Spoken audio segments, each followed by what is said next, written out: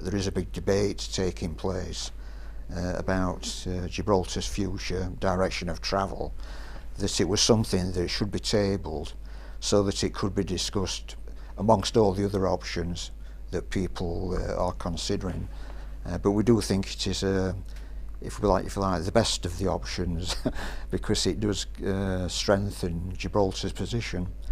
And so from that respect, this is why we propose the idea of the Citizens Constitution Convention, so that all these various proposals could be put before the people of Gibraltar, because ultimately it's the Gibraltarian people who've got to make the decision about where they want to go in the future. So what would this option give Gibraltar that it doesn't already have? Well, in a lot of respects, it's not much difference from being you've achieved a great deal of independence, and I think there are problems that can be dealt with.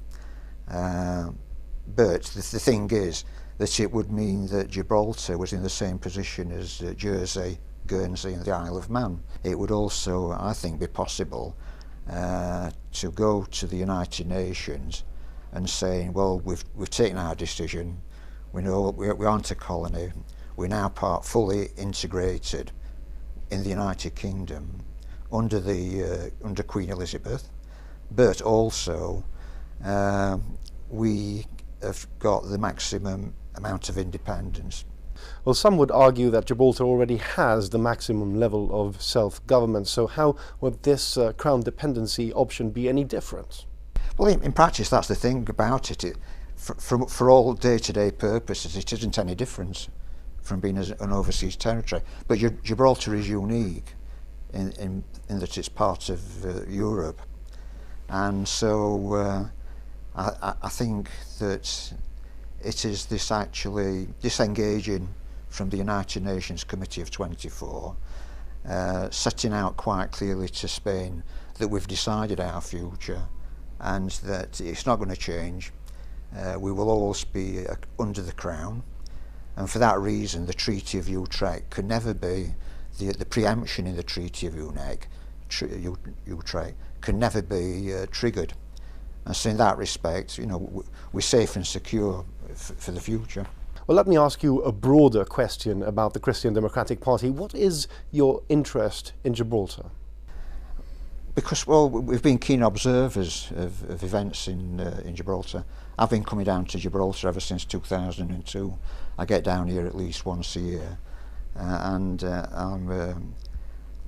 there's a great deal of sympathy and support for Gibraltar in the United Kingdom.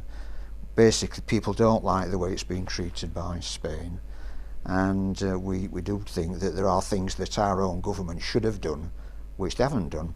So, for example, the 12-mile limit for territorial waters on the east side, we can't understand, and we argue, that Gibraltar should get that 12 miles.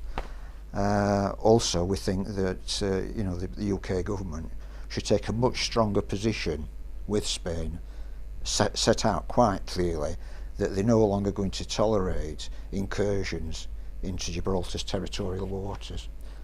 So it is important that the UK government get that message. Unfortunately, we're only a small party. we can make representations, and that's all we can do. But I think it needs a strong signal from Gibraltar.